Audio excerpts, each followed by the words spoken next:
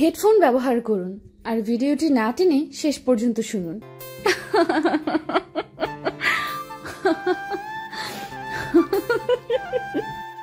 এই যে সুন্দরী, একা দাঁড়িয়ে আছো কেন? আমার জন্য নাকি? হোয়াট? বিশ্বাস করো সুন্দরী, তোমার রাঙা চোখের মায়ায় পড়ে গেছি, তোমার মায়াবী চেহারার প্রেমে পড়ে গেছি। আপনি কি পাগল? ছিলাম না সুন্দরী, এইমাত্র হলাম তোমাকে দেখার পর। রাস্তাঘাটে মেয়ে দেখলে ইফটিজিং করতে ইচ্ছে করে না? কি করবো বলো সুন্দরী, পুরনো অভ্যাস ছাড়তেই পারি না। তবে বিশ্বাস করো সুন্দরী, তোমার মতো রূপবতী আমার জীবনে যদি আগে দেখতাম, অনেক আগেই প্রেমিক হয়ে যেতাম। প্রেমিক হয়ে যেতেন? সত্যি প্রেমিক হয়ে যেতাম। তো এর আগে কতজনকে দেখে আপনার প্রেমিক হওয়ার ইচ্ছে জেগেছে বলবেন প্লিজ? বিশ্বাস করো সুন্দরী, এর আগে এমন কাউকে দেখে প্রেমিক হতে ইচ্ছা করেনি। মেয়েটি আগ্রহের সাথে কথা বলছে, পতে গেছে মনে হচ্ছে। তাই বুঝি? বিশ্বাস করো, তোমাকে দেখে আমার বুকের মধ্যে হার্টবিট বেড়ে গিয়েছে। হারামি, তোর ঢপ বন্ধ করবি? চল, দেরি হয়ে যাচ্ছে। আমি পিছনে ফিরে স্বামীর দিকে রাগি চোখে তাকালাম। আমি আবার মেয়েটির দিকে তাকিয়ে দেখি মেয়েটি মিটমিট করে হাসছে। আসলে বন্ধু তো দুষ্টামি করে, বোঝনি তো? খুবই ভালো মতো বুঝেছি। তবে বিশ্বাস করো, তোমাকে দেখার পর আমার কেন যেন আজ প্রেমিক হতে ইচ্ছা করছে। তাই প্রেমিক হবেন? আচ্ছা বলুন তো, প্রেমিক বলতে আপনি কি বোঝেন? প্রেমিক বলতে কি বুঝি? বলুন না মানে বিষয়টা ভাবুক বিষয়, তবে আমার কাছে খুবই ইজি। আমার ভালোবাসা সম্পর্কে অনেক ভালো জ্ঞান আছে। ও মা, তাই? তাহলে বলুন প্রেমিক প্রেমিকা বলতে আপনি কি বোঝেন? প্রেমিক হলো ছেলেরা, এদের কাজ সুন্দরী মেয়ে পটানো, না পটলে পিছনে লেগে থাকা। কিন্তু আমার আর পিছনে লেগে থাকতে হবে না, কারণ তুমি পটে গেছো। আমার কথা শুনে মেয়েটি সোনালি হাসি দিয়ে উঠল।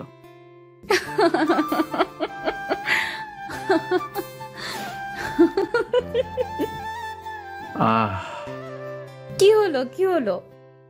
তোমার সোনালি হাসি দেখে বুকের ভেতর কেমন জানি করে উঠল। ও মা, তাই? হ্যাঁ সুন্দরী। মেয়েটি এবার কেমন জানি সিরিয়াস হয়ে বলল, আমাকে যে এসে বিরক্ত করতেছেন জানেন আমি কে? আমি আপনার কি অবস্থা করতে পারি জানেন? আমার কাছে আপনি হলেন আমার প্রেমিকা, যার প্রেমে একটু আগেই পড়েছি আমি। এর থেকে আর কি চিনবো বলো সুন্দরী? মেয়েটি হঠাৎ তার ব্যাগ থেকে পিস্তল বের করে বলল, এটা কি জানেন? ওমা! আমি অবাক চোখে পিস্তলের দিকে তাকিয়ে থাকলাম। কি ব্যাপার, মা বের হলো কেন মুখ থেকে? সুন্দরী বলবেন না? আপনি আমার ধর্মের বোন, বোন আমাকে মারবেন না। সুন্দরী প্রেমিক থেকে ধর্মের বোন হয়ে গেলাম। আমার ভুল হয়ে গিয়েছে বোন, আর কখনো রাস্তাঘাটে মেয়েদের দেখলে ইফটিজিং করব না। তার আর সুযোগ পেলে তো এখনই আপনাকে আমি ওপারে পাঠিয়ে দেব। না না প্লিজ মারবেন না আমাকে, যদি মারেন তাহলে। তাহলে কি? আমি পুলিশকে বলে দেব আপনি আমাকে খুন করেছেন। বেঁচে থাকলে তো বলবা চান্দু। আর আমি কে জানো? না, আপনি কে? বাহ, এখন তো চেনো না, তখন কি যেন বললে? ভুল হয়ে গিয়েছে আমার, বলুন প্লিজ আপনি কে? আমি হলাম ডিবি পুলিশ, মলি চৌধুরী মিষ্টি। ম্যাডাম ম্যাডাম, জীবনে আর এমন করব না, মাফ করে দিন প্লিজ। ওকে, ক্ষমা করে দিতে পারি, তবে কথা দিতে হবে আজকের পর থেকে মেয়েদেরকে আর বিরক্ত করা যাবে না। এই জন্মে আর না। ওকে, যান এখান থেকে। আমাকে আর পাইকে সঙ্গে সঙ্গে ওখান থেকে পালালাম। জন্মে শিক্ষা হয়েছে, বড় বাচ্চা বেঁচে গেছি। এরপর আর কখনো মেয়ে দেখলেই কথা বলতে যাব না। এসব বলতে বলতে আমি চলে আসলাম, কিন্তু আমি চলে আসার পর মেয়েটি, হাইরে পিস্তল, নকল আর আসল দেখতে দুটোই এক। শতবার আমাকে সেভ করলি ইফটিজার।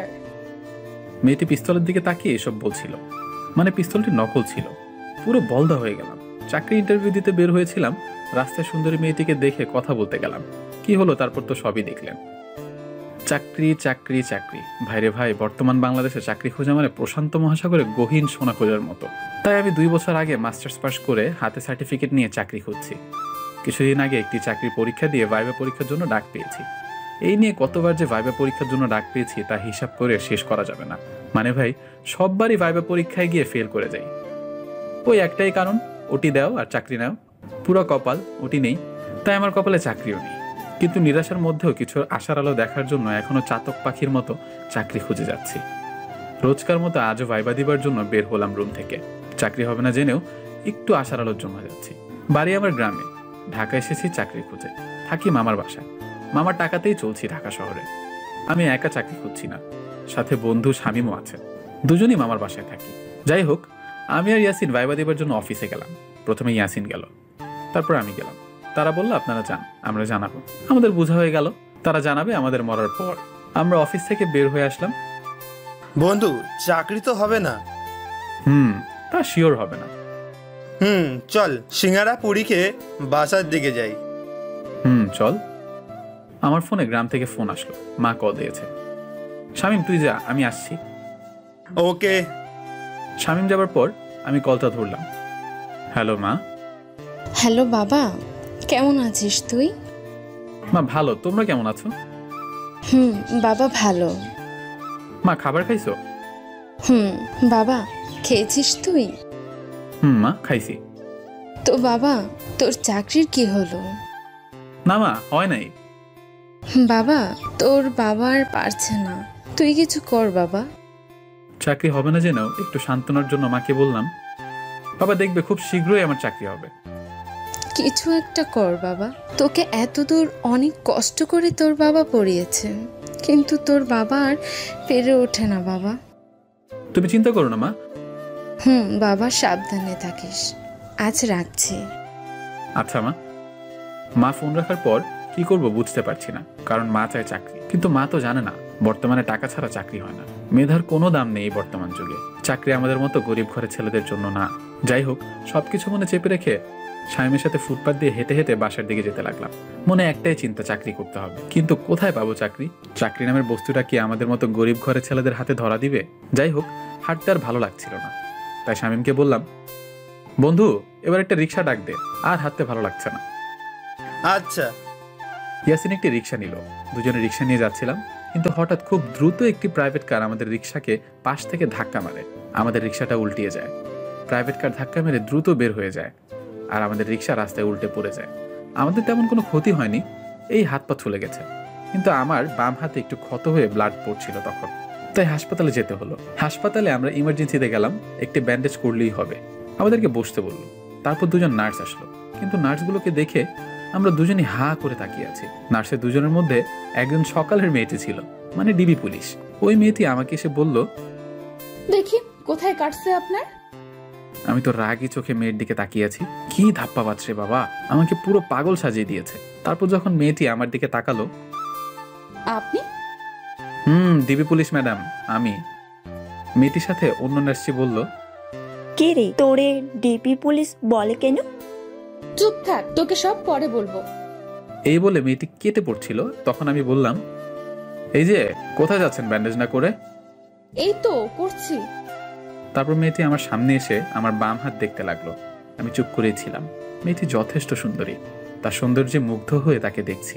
আমি তখন চুপি চুপি বলে উঠলাম, কি অপরূপ সৌন্দর্য তোমার, তোমার সৌন্দর্যে আমার রাগ মাটি হয়ে গিয়েছে। কথাটি শুনে মেয়েটি আমার দিকে তাকিয়ে রাগী কণ্ঠে চাপা গলায় বলল, এরকম ফালতু লোকের সাথে এরকম দুর্ঘটনা হওয়াই উচিত। রাগলেও কত সুন্দর লাগে দেখতে। ইস, আপনাকে তো আমি। এই বলে মেয়েটি অনেকটা ডেটল তুলায় জমিয়ে আমার কাটা স্থানে চেপে ধরল। উফ, পুড়ছে। ইচ্ছে করে এমনটা করলো নার্স। পুড়ছে আমার, কিন্তু সে ছাড়ছে না। রাগী চোখে তাকিয়ে আছে আর বলল, দেখো কেমন মজাটা। পুড়ছে, ছাড়ুন প্লিজ। নার্সের সাথে ফাজলামি করার মজাটা দেখুন এবার। উফ, ছাড়ুন প্লিজ। চিল্লান কেন? কাটা জায়গায় স্যাভলন না লাগালে হবে না তো? আপনি তো ইচ্ছে করে আমাকে কষ্ট দিচ্ছেন। কে শোনে কার কথা? নার্স আমার কথা না শুনে আমার কাটা স্থানে কষ্ট দিচ্ছিল। অবশেষে যখন ছাড়লো, বাঁচলাম। আমাকে ছাড়ার পরে মেয়েটি আমার সামনে ঝুঁকে বলল, এরপর যদি আর কখনো আমার আশেপাশে দেখি তাহলে এর থেকে বড় কষ্ট দেব। মেয়েটির আঙুল নাড়ালো। মাথার চুলগুলো আমার সামনে লাফালাফি করছিল। সবকিছু মিলে অসম্ভব সুন্দর একটি মুহূর্ত তৈরি হয়ে গিয়েছিল আমার জন্য। তোমার সৌন্দর্য এক নজর দেখার জন্য তোমার পক্ষ থেকে আসা সব কষ্টই আমি সহ্য করে নিতে পারবো সুন্দরী। বিরক্ত হয়ে মেয়েটি আমার হাতে ব্যান্ডেজ করতে লাগলো। আমি মিষ্টির দিকে তাকিয়ে বললাম, একবার এই চোখের দিকে তাকাও সুন্দরী। কোনো কথা না বলে রাগী ভাব নিয়ে কাজ করতে লাগলো। সুন্দরী, তোমার নামটা কি জানো? মনে পড়ছে না। মিষ্টি চুপ করে আছে।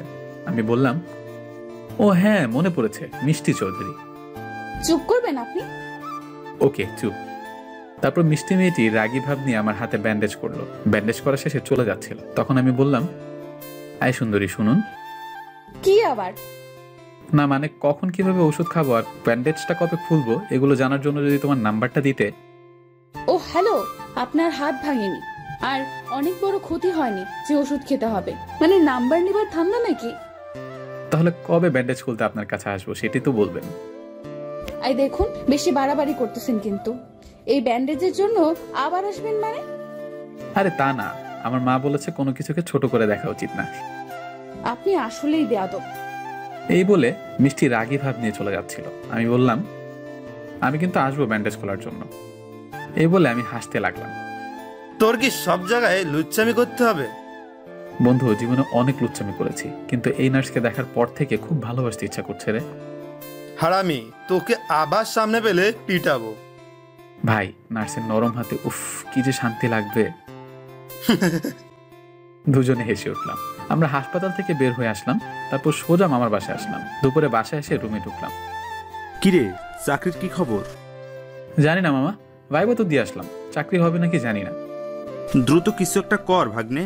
তোর মা ফোন দিছিল, তাদের অবস্থা খারাপ, তোর বাবা অসুস্থ, তোকে এখন সংসারের হাল ধরতে হবে।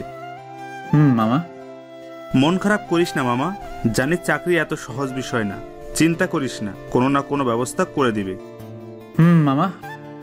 যাও, দুজনে ফ্রেশ হয়ে খাবার খেয়ে নাও। আচ্ছা মামা। তারপর দুজনে ফ্রেশ হয়ে খাবার খেয়ে একটা ঘুম দিলাম। ঘুম থেকে উঠে বিকালের টাইমে একটু ঘোরাঘুরি করলাম, কিন্তু সন্ধ্যার পর তখন দেখলাম আমাদের দিকে একটি রিক্সা আসছিল। রিক্সায় ছিল হাসপাতালের নার্সটি। বন্ধু দেখ, সেই মেয়েটি। হ্যাঁ, কিন্তু এদিকে কেন? হয়তো এদিকেই থাকে। হতে পারে। মেয়েটিও আমাদেরকে দেখেছে, কিন্তু কেন জানি অবাক চোখে আমাদের দিকে তাকিয়ে আছে। রিক্সাটা আমাদেরকে ওভারটেক করে চলে গেল, কিন্তু রিক্সাটা আমাদের গলির সামনে গিয়ে দাঁড়ালো, তাই আমরাও দাঁড়ালাম। কিরে, দাঁড়ালি কেন? দেখ, নার্সের রিক্সাটা আমাদের গলির সামনে দাঁড়িয়ে আছে, চল যাই একটু কথা বলি। হারামি, তাও তোর লুচ্চামি করতে হবে? আরে তা না, দেখবো মেয়েটির বাসা কোথায়। আমি শামীমকে জোর করে টানতে টানতে রিক্সার কাছে নিয়ে গেলাম। রিক্সার কাছে যেতেই মিষ্টি মেয়েটির আর রিক্সাওয়ালার কথাবার্তা শুনতে পেলাম। না আপা, টাকা না দিয়ে আপনি যেতে পারেন না। বোঝার চেষ্টা করুন প্লিজ, আমি ভুলে আমার পার্সটি হাসপাতালে রেখে আসছি। আপনি একটু অপেক্ষা করুন, আমি বাসা থেকে টাকা এনে দিচ্ছি। না আপা, আপনি টাকা দেন আমার। আমরা তখন ওখানে গিয়ে বললাম, কি ব্যাপার মামা, কি হয়েছে? দেখুন মামা, ভাড়া দিচ্ছে না, বলতেছি অপেক্ষা করতে, বাসা থেকে এনে দিবে। মেয়েটি আমাদের দেখে লজ্জায় মাথা নিচু করে ফেললো, হয়তো ভাড়া দিতে পারছে না বলে লজ্জা পাচ্ছে। উনি ওনার টাকা ব্যাগে ভুলে হসপিটালে রেখে এসেছে। শোনো মামা, উনি একটা মেয়ে, তাও রাত, হয়তো উনি ভুলে তার পার্সটা রেখে আসছে, তাই বলে তুমি ওনাকে যেতে দিবে না? উনি তো বলেছে বাসা থেকে এনে দিবে। সত্যি বলছি, আমি ভুলে পার্সটা রেখে আসছি, আমার বাসা এখানে, আমি এনে দিচ্ছি এখনই। আচ্ছা মামা, তোমার ভাড়া কত? 50 টাকা মামা। এই নাও টাকা। টাকা পেয়ে রিক্সা চালক চলে গেল। আপনাকে অসংখ্য ধন্যবাদ। ওয়েলকাম মিস সুন্দরী। আপনি কি করবো বলো সুন্দরী? তো ফাজিল কেন আপনি? আপনাকে দেখলে ফাজলামিটা চলে আসে। ধুর। আচ্ছা শোনেন, হেল্পের জন্য ধন্যবাদ, টাকাটা আমি আপনাকে পরে দিয়ে দেব। টাকা লাগবে না, তবে যদি আপনি প্রতিদিন 1 টাকা করে 50 দিনে 50 টাকা শোধ করেন তাহলে আমি নিব। কেন? তা হবে কেন? কারণ এভাবে টাকাটা নিলে 50 দিন আপনাকে দেখতে আর কথা বলতে পারবো। আপনি না একটা নার্স রেগে চলে যাচ্ছিল। এই যে ম্যাডাম, বাসার নাম্বারটা বলে যান, টাকা নিতে আসবনি। জি না, কোনো দরকার নেই, আমি নিজ দায়িত্বে আপনাকে খুঁজে টাকাটা দিয়ে আসবো। উফ, তোমার মতো সুন্দরী মেয়ে আমাকে খুঁজবে, ভাবতে অদ্ভুত একটা অনুভব পাচ্ছি। আজও মেয়েটি দ্রুত চলে গেল। মেয়েটি চলে যাওয়ার পর খাবার খেয়ে গ্রামে বাবা মার সাথে কথা বললাম। কথা বলা শেষে কি করব, ঘুম আসবে না, তাই রোজকার মতো আজকেও পার্সোনাল ডায়েরিটা হাতে নিলাম। কলম ডায়েরি নিয়ে ছাদে চলে আসলাম। প্রতিদিন ছাদে এসে আমার ডায়েরিতে কবিতা লিখি। ছন্দের তালে ভালোবাসার কবিতা লিখতে ভালো লাগে, কিন্তু ছাদে আসার পর আজ কেন যেন কবিতা লিখতে ভালো লাগছিল না। আজ মনটা কেন জানি সেই নার্সকে নিয়ে লিখতে বলছে, তাই আজ সারাদিন যা ঘটলো মেয়েটির সাথে সেগুলোই লিখতে লাগলাম ছাদে, গুটি গুটি হাঁটি হাঁটি করে। কিন্তু মেয়েটিকে নিয়ে লেখার সময় আমার নিজের লেখা কিছু কথা মনে পড়ে গেল, যাহা আমার ডায়েরিতে লেখা রয়েছে। আমি মরিয়া হয়ে সেই পেজটার সন্ধান করতে লাগলাম। কিছুক্ষণ খোঁজার পর পেয়েও গেলাম। কবিতাটি দেখার পর আজ কেন জানি পড়তে খুব ইচ্ছা করছিল, তাই আমি মৃদু কণ্ঠে কবিতা পড়তে লাগলাম। একদা দেখিছি তোমায় এক প্রভাতে, আবার যখন দেখা হবে খানিক যদি থমকে যাই, বেলি ফুলের গন্ধে কোথাও একটুখানি চমকে যাই, তাকিও তখন চোখ, হাসি মুখে বুকের ভেতর কে কেঁপে যায় শোকে। আমার পড়াটা শেষ হওয়া মাত্রই পিছন থেকে একটি কণ্ঠ ভেসে আসলো। বাহ, চমৎকার। আমি পিছন ফিরে তাকিয়ে যা দেখলাম, দেখার সঙ্গে সঙ্গে মাথা ঘুরে অজ্ঞান হয়ে পড়ে গেলাম। যখন আমার জ্ঞান ফিরলো, আমি চোখ খুলে দেখি আপনি ঠিক আছেন তো? আমি মিষ্টির কোলে মাথা রেখে শুয়ে আছি। কিন্তু মিষ্টি এখানে আসলো কোথা থেকে? আমি জিজ্ঞাসা করলাম, আপনি এখানে? আগে বলুন, আপনি এখানে অজ্ঞান হয়ে পড়েছিলেন কেন? আপনি কি পড়ি? পড়ি মানে? মানে আমি ছাদে ঘোরাঘুরি করছিলাম, হঠাৎ পিছনে কারো কণ্ঠ শুনে তাকিয়ে দেখি সাদা পাখনা যুক্ত একটি মেয়ে দাঁড়িয়ে আছে। তারপর আমার আর কিছু মনে নেই। মানে আপনি পড়ি দেখে অজ্ঞান হয়েছেন? হ্যাঁ। কিন্তু পড়ি দেখে অজ্ঞান হবার কি আছে? আরে আপনি জানেন না, পরীরা অনেক শক্তিশালী হয়, যদি আমার কোনো ক্ষতি করতো তাই ভয় পেয়েছি। কই, কোনো ক্ষতি তো আপনাকে করেনি, মনে হয় ভালো পড়ি। হতে পারে। তাই পড়ি দেখে ভয় পাবেন? পরীরা ভালো হয়। আপনি জানেন কিভাবে পরীরা ভালো হয়? আর আপনি এখানে আসলেন কিভাবে? আমি পরিদের সম্পর্কে সব জানি, কারণ আমি ওই নার্স না। মানে কি? শান্ত হন, শুনুন। আমি এই পথ দিয়ে যাচ্ছিলাম, কিন্তু আপনার চমৎকার ছন্দের তালে ভালোবাসার বাক্যগুলো থামতে হলো। তারপর যখন আপনার সাথে কথা বলার জন্য আসলাম, কিন্তু আপনি তো আমাকে দেখেই অজ্ঞান হয়ে পড়ে গেলেন। এখান দিয়ে যাচ্ছিলেন মানে? প্লিজ ভয় পাবেন না, আমি মিষ্টি না। মানে আপনি যেই নার্সকে ভালোবাসেন সেই মেয়ে আমি না। আমি হলাম ভিন গ্রহের প্রাণী, মানে আপনারা যাকে বলেন পরী। আপনি মজা করছেন? না, মজা করতেইছি না। আমি প্রথমে আমার রূপে আপনার সামনে আসলাম, কিন্তু আপনি অজ্ঞান হয়ে গেলেন। তাই আপনি যাকে নিয়ে লেখালেখি করতেছিলেন তার রূপ ধারণ করে আসলাম, যাতে আপনি ভয় না পান। মানে আপনি পড়ি? আমি ভয় ভয়ে পিছু যেতে লাগলাম। আরে আবার ভয় পাচ্ছেন কেন? আমি আপনার কোনো ক্ষতি করব না, ভয় পাবেন না প্লিজ। আমি বিশ্বাস করি না আপনি পড়ি। আচ্ছা, কি করলে বিশ্বাস করবেন? আপনি পড়ি হন, তারপর বিশ্বাস করব। আচ্ছা হচ্ছি, কিন্তু আপনি আবার অজ্ঞান হবেন না তো? না না, হব না, আপনি পড়ি হন। ওকে, হচ্ছি। মেয়েটি বলার সাথে সাথে মেয়েটি তার কপালে তার ডান হাত রাখলো, আর সঙ্গে সঙ্গে একটি আলোর বিকিরণ বয়ে গেল আমার সামনে। আলোর বিকিরণ শেষ হবার পর আমি স্পষ্ট দেখতে পেলাম আমার সামনে দুইটি ডানা নিয়ে দাঁড়িয়ে আছে একটি পরী। মেয়েটির ডানার মতোই মেয়েটির হাত পা দুধের মতো সাদা। মেয়েটির মাথায় একটি জ্বলন্ত আলো জল করছে। এগুলো দেখে আমার মাথা ভো ভো করে ঘুরতে লাগলো। এখন বিশ্বাস করলেন তো? এ এক অদ্ভুত চিকন কণ্ঠ, যা বারবার শুনতে ইচ্ছা করে। আমি এখন ভয় আর দাঁড়িয়ে থাকতে না পেরে আমি প্রচন্ড জোরে এক চিৎকার দিয়ে অবাক হয়ে অজ্ঞান হয়ে পড়ে গেলাম। মামা গো! আমার চিৎকার শুনে মামা, শামীম, বাড়িওয়ালা সহ সকলেই ছাদে আসতে লাগলো। আর পরীটা আমাকে আবার অজ্ঞান হয়ে দেখে সেখানে আর না থেকে সে চলে গেল। এদিকে আমার চিৎকার শুনে সকলে ছাদে এসে দেখে আমি অজ্ঞান হয়ে পড়ে আছি। কি হয়েছে তোর? মনে হয় অজ্ঞান হয়ে পড়ে গেছে, মুখে পানি ছিটাও। শামীম, পানি নিয়ে আয়। তারপর আমার মুখে পানি মারার পর আমার জ্ঞান ফেরে। কি মামা, কি হয়েছে? অজ্ঞান হয়েছিলি কিভাবে? আমি চোখটা মেলে ছাদের দরজার দিকে তাকালাম। ছাদের দরজার কাছে আমি সেই নার্সকে আবার দেখতে পেয়ে আমার চোখ বড় বড় করে ফেললাম। নার্সটি আমার দিকে কেমন করে যেন তাকালো। আমি আমার আঙুল দরজার কাছে দাঁড়িয়ে থাকা নার্সের দিকে দিয়ে বললাম, মামা পড়ি। সকালে দরজার দিকে তাকালো। মামা, উনি মানুষ না, উনি পড়ি, মানুষ সেজে আছে। নার্স মেয়েটি এগুলো শুনে বোকার মতো হা করে তাকিয়ে আছে আমার দিকে। আরে ও তো মিষ্টি, বাড়িওয়ালার মেয়ে। বাড়িওয়ালার মেয়ে? বাড়িওয়ালার মেয়ে মিষ্টি। কই, আগে তো এই বিল্ডিং এ দেখিনি। আরে ও তো পড়াশোনার জন্য হোস্টেলে থাকতো, করোনার জন্য সব ছুটি বলে বাসায় আসছে কিছুদিন আগে। কিন্তু কথা হলো, তুই অজ্ঞান হলে কিভাবে? মামা, পড়ি আসছিল আমার কাছে। কি পড়ি? হ্যাঁ, আমার সাথে কথা বলতে আসছিল। আমি সব খুলে বললাম। দূর পাগল, পড়ি বলতে কিছু হয় না, তুই ভুল দেখছিস। না মামা, আমি সত্যি দেখেছি। আমার কথা শুনে মিষ্টি সহ সকলেই হাসছিল। শোনো রফিক, তোমার ভাগ্নের মাথা খারাপ হয়ে গেছে, ওকে রুমে নিয়ে যাও। বাড়িওয়ালা এই বলে হাসতে হাসতে তার মেয়েকে নিয়ে চলে গেল। তুই রুমে আয়। তারপর আমরা রুমে গেলাম। রুমে যাবার পর আমি সবাইকে বিশ্বাস করাতে চেষ্টা করছিলাম, কিন্তু কেউ বিশ্বাস করছিল না। তাই আমি চুপচাপ খাবার খেয়ে শুয়ে শুয়ে ভাবতে লাগলাম, তাহলে সব আমার মনের ভুল ছিল। এইসব ভাবতে ভাবতে ঘুমিয়ে পড়লাম। সকালে ঘুম থেকে উঠে ছাদে গেলাম দাঁত ব্রাশ করতে করতে। ছাদে গিয়ে দেখি ওই নার্সটি ছাদে ফুলের গাছে পানি দিচ্ছে। মিষ্টি আমাকে দেখার পর আমার কাছে এসে বলল, গতকাল রাত্রে কি বলছিলেন? আমি মানুষ না আমি পড়ি? বিশ্বাস করুন, আমি সত্যি বলছি, আমি পরি দেখেছি। আপনার রূপ ধারণ করে আমার সাথে কথা পর্যন্ত বলেছে।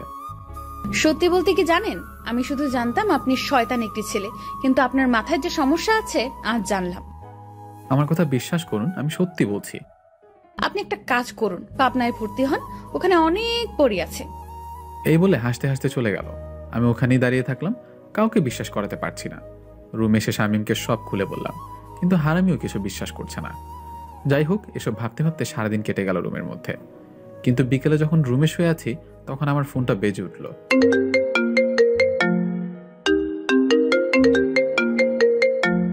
কলটা রিসিভ করলাম।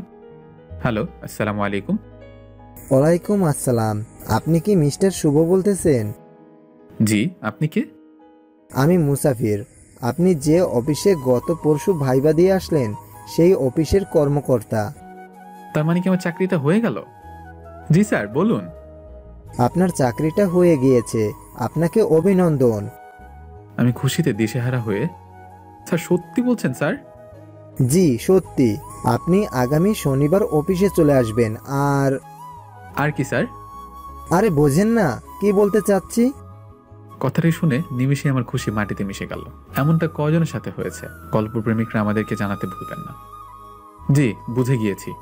কত বলুন? বেশি না, 5 হলেই হয়ে যাবে। আচ্ছা, ভালো থাকবেন।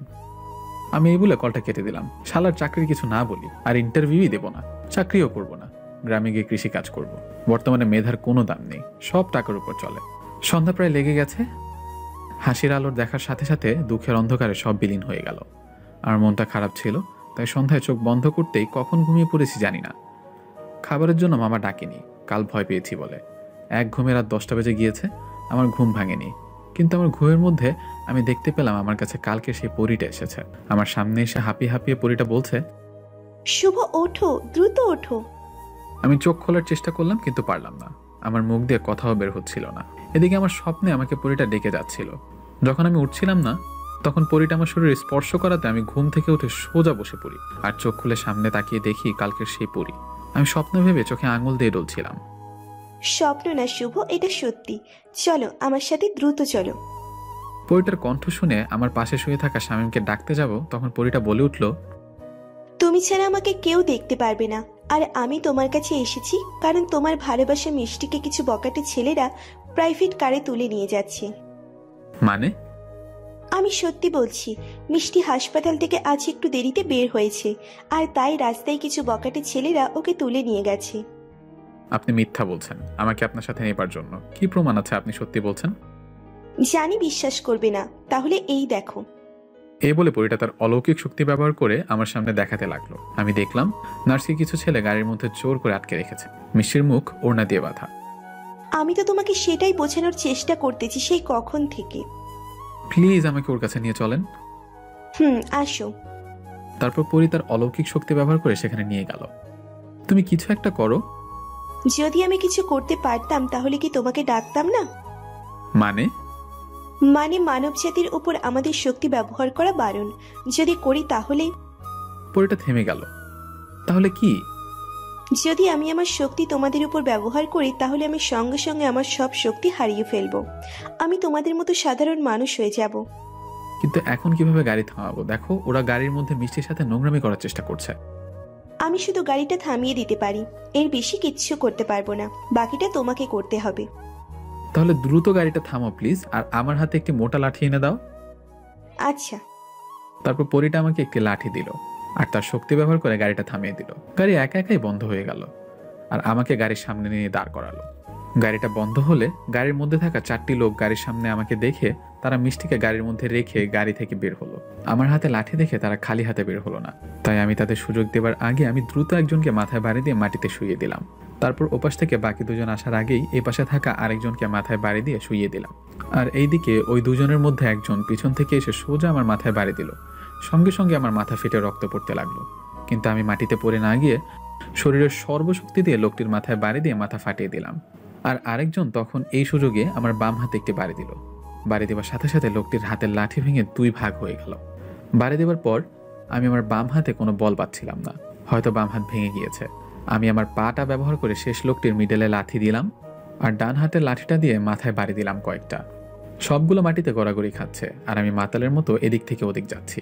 মাথা থেকে অনবরত রক্ত পড়ছে, মাথাটা ঝিম ধরে আছে, সবকিছু ঘুরছিল। লোকগুলোকে মাটিতে পড়ে থাকা অবস্থা আমি আরো পেটাতে থাকলাম। সবগুলোকে যখন মাটিতে লেপে দিয়েছি তখন আমি গাড়ির দরজাটা খুললাম। দরজাটা খুলে আমি ঝাপসা চোখে দেখতে পেলাম মিষ্টি মানে সুন্দরী নার্স অবাক চোখে আমার দিকে তাকিয়ে আছে। আমি মিষ্টিকে গাড়ি থেকে নামালাম। আমি দাঁড়িয়ে থাকতে পারছিলাম না, কারণ প্রচুর রক্ত পড়ছিল, আমার শরীর ঝিম ধরে আসছিল। আমি মাটিতে পড়ে যাওয়ার আগে মিষ্টিকে বাঁধন মুক্ত করলাম। তারপর আমার আর কিছু মনে নেই। তারপর যখন আমার জ্ঞান ফিরল তখন আমি নিজেকে হাসপাতালের বেডে আবিষ্কার করলাম।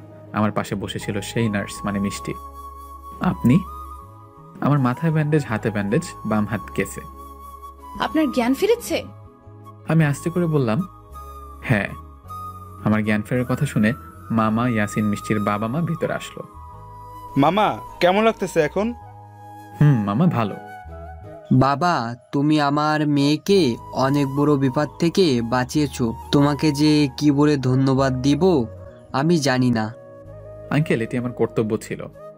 তোমরা কেউ ওনার সাথে কথা বললো না, উনি কথা বললে মাথায় সমস্যা হবে। আমি রুমের মধ্যে পরীকে দেখতে পেলাম, আমি ছাড়া তো কেউ দেখতে পাবে না। পরীটা আমার দিকে তাকিয়ে একটি হাসি দিয়ে ফাইন দেখালো হাত দিয়ে। ঠিক বলছো, ওর সাথে কেউ কথা বলো না। তোমরা সকলে বাইরে যাও, ওনাকে রেস্ট নিতে দাও। ওকে। সকালে রুম থেকে বের হলো। তারপর মিষ্টি আমার কাছে এসে বলল, একটু কষ্ট করে উঠে বসতে হবে, একটু ওষুধ খেতে হবে। এত সুন্দর করে কথা এর আগে বলেনি। আমি তো পারবো না উঠতে, বাম হাত ভাঙা। ওকে, আমি উঠিয়ে দিচ্ছি। এ বলে মলি আমাকে ধরে বসালো। নেন, খান। আমি ওষুধটা নিয়ে খেলাম। ওষুধ খাওয়া শেষে মিষ্টি একটি চেয়ার নিয়ে আমার সামনে বসলো আর বলল, আমি কিছু কথা বলবো, সব কথার উত্তর দিবেন, তবে আস্তে আস্তে। তার আগে আমার কিছু কথা আছে। কি কথা? আমি আপনাকে বাংলা সিনেমার নায়কের মতো বাঁচালাম, তোমার তো এখন আমার প্রেমে পড়ে যাবার কথা। তাই? তুমি আমাকে এখন বলবে তোমাকে ভুল বুঝছি, আমাকে ক্ষমা করে দাও, আর আমি তোমাকে ভালোবাসি। না, বলবো না তো। কেন? তুমি কি আমার প্রেমে পড়নি? না তো। পড়ো নাই? না মানে, আপনি কি ভালো হবেন না? হাসপাতালের বেডে শুয়ে আছেন, তাও শয়তানি করতেছেন। কি করব তাহলে? আগে আমার প্রশ্নের উত্তর দিন। কি? আপনি জানলেন কিভাবে, আর আমাকে খুঁজে বের করলেন কিভাবে? রুমের মধ্যে পরিটা সব শুনছে আর হাসছে। আমি বলতে পারি, তবে তুমি কি বিশ্বাস করবে? অবশ্যই করব, বলেন। আগে কথা দাও, কথাগুলো কাউকে বলবে না। আচ্ছা, বলবো না, বলেন। তুমি বিপদে আছো, কোথায় আছো, এই সব কিছু আমাকে বলেছে সেই দিন রাত্রে পরিটা। মানে এখনো ফাজলামি? বলেন প্লিজ সত্যিটা। এই তো বিশ্বাস করছেন না। Okay wait. আমি এই বলে পরিটাকে বললাম, পরি তুমি মিষ্টির সামনে এসো তো। কার সাথে কথা বলেন? চুপ করো, পরি আসো প্লিজ। পরিটা না করলেও আমার চাপে আসতে বাধ্য হলো। কি এখন বিশ্বাস হলো? তার মানে সেদিন রাত্রে সব কথা সত্যি ছিল? আপু সত্যি ছিল। কিন্তু আমি তো জানতাম পরি বলতে কিছু নেই। ভুল জানতে, এখন সঠিকটা দেখে জেনে নাও। সেটাই তো দেখছি। তারপর পরিটা হঠাৎ বলে উঠল, তোমরা থাকো, আমাকে যেতে হবে, আমার ডাক পড়েছে। আগামী 1 মাস পৃথিবীতে আসা বারণ আমাদের, তাই আসতে পারবো না। কেন আসতে পারবে না? কারণ আমাদের রাজ্যের রাজার মেয়ের বিবাহ, এই জন্য। আমি আসি, তোমরা দেখে শুনে থেকো, 1 মাস পর দেখা হবে। আচ্ছা, মিস করবো খুব। আমিও অনেক মিস করব। এই বলে পরিটা চলে গেল। কি সুন্দরী, চুপ কেন? আমি সত্যিই অবাক, বাস্তবে পরি আছে জেনে। যাই হোক, এখন সুন্দর করে লাভ ইউ বলে দাও। মানে এটা বলবো কেন? আজব, যদি আমাকে এখন ভালোবাসি না বলো তাহলে তো পুরো বাংলা সিনেমার কাহিনীকে অবমাননা করা হবে। বিরক্ত হয়ে মলি রুম থেকে বের হয়ে গেল। আমার আর ভালোবাসি কথাটা শোনা হবে না, গল্পেও না, বাস্তবেও না। যাই হোক, আমার সুস্থ হতে 1 মাস লেগে গেল। মলি আমাকে অনেক সেবা যত্ন করে, কিন্তু ভালোবেসে করছে নাকি নার্সের কর্তব্য থেকে করছে জানি না। তবে এখন আমরা অনেক ক্লোজ হয়ে গিয়েছি। বন্ধুর মতো আচরণ করে মিষ্টি আমার সাথে, কিন্তু আমাকে ভালোবাসে কিনা এটি বলে না। যাই হোক, এভাবে একদিন আমি আর শামীম ঘুরতে বের হয়েছিলাম। তখন আমরা দেখতে পেলাম মিষ্টি একটি ছেলের হোন্ডার পিছনে বসে আছে। মিষ্টি ছেলেটির কাঁধে হাত রেখে কথা বলতে বলতে কোথায় যেন যাচ্ছে। বন্ধু, মিষ্টি মনে হলো। মিষ্টি তো। ছেলেটি কে জানি না। চল তো দেখি। না থাক, বাদ দে। বাদ দেবো কেন? জানতে হবে না কে? যদি বয়ফ্রেন্ড হয় তাহলে তোকে এতদিনে ঘুরালো কেন? বাদ দে। তুই আয় তো। এই বলে শামীম একটি সিএনজি নিল আর সেই হোন্ডার পিছু নিলাম। প্রথমে তারা একটি পার্কে গেল, সেখানে অনেকক্ষণ গল্প করলো, বাদাম মুড়ি খেলো, তারপর তারা রেস্টুরেন্টে ঢুকলো। বন্ধু, কিছু বুঝতে পারলি? বন্ধু, আমরা অনেক সময় চোখে যা দেখি আর মনে যা ভাবি সেটা সত্য নাও হতে পারে। আমি বুঝলাম না তুই এখনো শান্ত আছিস কিভাবে। আমার তো রাগে গা জ্বালা দিচ্ছে। শোন বন্ধু, এখানে রাগার মতো কিছু নেই। তুই ভেবে দেখ, মিষ্টি কিন্তু এখন আমাকে বলেনি সে আমাকে ভালোবাসে। আমাদের মধ্যে তেমন কিছুই হয়নি। এখন যদি আমরা জানতে পারি মিষ্টির বয়ফ্রেন্ড আছে, তাহলে আমরা মিষ্টির খারাপ মেয়ে বলতে পারবো না, কারণ সে আমাকে বলেনি যে সে আমাকে ভালোবাসে। তা ঠিক, কিন্তু তোকে যে ভালোবাসতে পারবে না বা ওর বয়ফ্রেন্ড আছে এগুলো তো কিছুই বলেনি।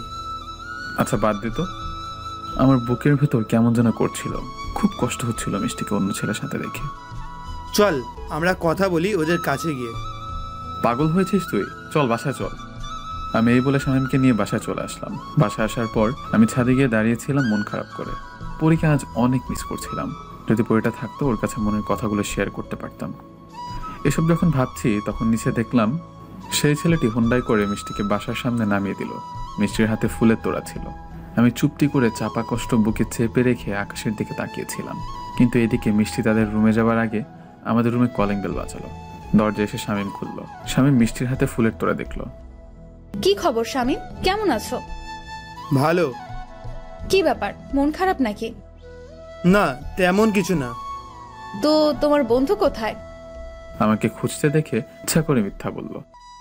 ও তো বাসায় নেই, ও একটু বাইরে গেছে। ওহো ওহো, আচ্ছা। হ্যাঁ, ভিতরে আসুন। না থাক, পরে এক সময় আসবো। তুমি তোমার বন্ধুকে বলো আমাকে কল দিতে। এই বলে মিষ্টি চলে গেল। মিষ্টি চলে যাওয়ার পর শামীম দরজাটা আটকে দিল। আর এদিকে আমার মনে অনেক আজে বাজে কথা ঘুরপাক খাচ্ছিল। হয়তো মিষ্টির আপন মানুষ আছে বলেই আমাকে গ্রহণ করেনি, আবার নাও হতে পারে। তবে যদি আপন মানুষ থেকে থাকতো তাহলে মিষ্টি আমাকে বলতে পারতো। আমি এসব কথা ভাবতে ভাবতে রুমে এসে ঘুমিয়ে পড়লাম। পরের দিন আমার মাথায় সেলাই কাটার জন্য মিষ্টির কাছে যাবার কথা ছিল, কিন্তু আমি সেখানে যাইনি। তাই মামার কাছে সকালে বললাম, মামা। মামা বলো। মামা, আমার এক বন্ধু ডাক্তার। গতকাল রাত্রে সেই বন্ধুর সাথে আমার বিষয় নিয়ে কথা হয়েছে। ও বলল আমার কাছে আয়, আমি সেলাই খুলে দিব। ভালো কথা, যাবি? আচ্ছা, মিষ্টি যদি ফোন করে বলে দিও। আচ্ছা, তবে একটি কথা। কি মামা? তোর মামি আর তোর বোন আসতেছে গ্রাম থেকে। হ্যাঁ, ওদেরকে নিয়ে এখন ঢাকায় সেটেল হয়ে যাব। এ তো খুব ভালো। হ্যাঁ, আমি আসি আজ। এই বলে মামা তার কাজে চলে গেল। মামা যাবার পর, ওই তোর কোনো বন্ধু ডাক্তার? কেউ না। তাহলে মামাকে মিথ্যে বললি কেন? আমি মিষ্টির সামনে যেতে চাচ্ছি না। ও, এই ব্যাপার। হ্যাঁ। তাহলে কার কাছ থেকে সেলাই খুলবি? কেন, ঢাকায় কি ক্লিনিকের অভাব আছে নাকি? চল এখনই যাব। ওকে, চল। তারপর আমরা বের হলাম সেলাই খোলার জন্য। এদিকে মিষ্টি হাসপাতাল আমার জন্য ওয়েট করছিল। আমাকে না আসতে দেখে মিষ্টি আমাকে কল দিল।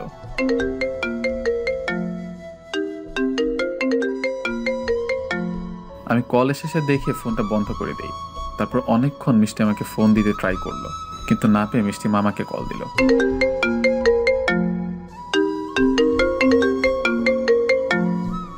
হ্যালো মামা। মিষ্টি বলো। মামা, শুভ কোথায়? এখনো আসলো না তো সেলাই খোলার জন্য? ওহো, ওর এক বন্ধু ডাক্তার, তার কাছে গিয়েছে সেলাই খোলার জন্য। ও আচ্ছা। মিষ্টির মনটা খারাপ হয়ে গেল কথাটা শুনে। আচ্ছা, একটু বিজি আছি, পরে কথা বলবো। আচ্ছা মামা। এই বলে মামা কল কেটে দিল। আর এদিকে মিষ্টির মনটা খারাপ হয়ে গেল। দেখতে দেখতে এভাবে 3 দিন কেটে গেল। এই 3 দিন মিষ্টির সাথে দেখা কথা কিছুই হয়নি। মিষ্টি যাতে আমাকে কল না দিতে পারে এর জন্য আমি আমার ওই নাম্বারটা বন্ধ করে রেখেছি। মিষ্টি এই কয়দিন আমার সাথে কথা বলার জন্য অনেক চেষ্টা করেছে, কিন্তু আমি সুযোগ দিইনি। কিন্তু আজকে মিষ্টির বাবা মা আমাদের বাসায় এসে দাওয়াত দিয়ে গিয়েছে। আজ সন্ধ্যার পর তাদের বাসায় যেতে বলেছে সবাইকে। মিষ্টিকে বিপদ থেকে বাঁচিয়েছি এর জন্য, কিন্তু আমি মামার শামীমকে পাঠিয়েছি। আমি মামাকে বলেছি আমার পেট খারাপ, তাই যাব না। তারপর মামার শামীম গেল। শামীম যেতে চাচ্ছিল না, তাও গেল। কিন্তু আজও মিষ্টি আমাকে দেখতে না পেয়ে মামাকে জিজ্ঞেস করলো, মামা শুভ কোথায়? ওর শরীর খারাপ, তাই আসেনি। বাবা, আমি যাচ্ছি। এই বলে মিষ্টি আমাকে ডাকার জন্য আমাদের রুমের দিকে আসছিল। আমি জানতাম আমাকে না দেখে মিষ্টি আসতে পারে, তাই রুম আটকিয়ে ছাদে চলে এসেছি। কিন্তু মিষ্টি দরজা আটকানো দেখে মিষ্টি খুঁজতে খুঁজতে ছাদে চলে আসলো। ছাদে এসে আমাকে দেখে পিছন থেকে বলল, কি সমস্যা আপনার? কি হয়েছে? আমি পিছনে ফিরে তাকালাম। আপনি এখানে? আমি এখানে। আগে বলুন, আপনি আমার সাথে এমন করতেছেন কেন? কি করলাম আমি? কি করছেন জানেন না? না তো, কি করেছি? আপনি ভালো করেই জানেন আমি কি নিয়ে কথা বলতেছি। আজব, সত্যি আমি বুঝছি না কিছু। আপনি আমাকে গত কয়েকদিন যাবত ইগনোর করতেছেন। আরে ভুল বুঝছেন, আমি ইগনোর করবো কেন? এই একদম মিথ্যা বলবেন না। আমি কল দিলে নাম্বার বন্ধ করে রেখে দেন। আমাকে আপনাদের বাসায় যাওয়া দেখলে আপনি বাসা থেকে পালান। এমন কেন করতেছেন? না না, ভুল বুঝছেন আপনি। আমি একটু বিজি ছিলাম, তাই আপনার সাথে দেখা করতে পারিনি, কথা বলতে পারিনি। তাই? সত্যি বলছি। তো কি নিয়ে এত বিজি ছিলেন আপনি? এই একটু কাজ নিয়ে বিজি ছিলাম। তো আপনি এখানে কেন? আমি এখানে কেন? ওহো, বুঝেছি, দাওয়াত দিয়েছেন যায়নি বলে। আসলে আমার শরীরটা ভালো নেই, তাই আর কি যায়নি।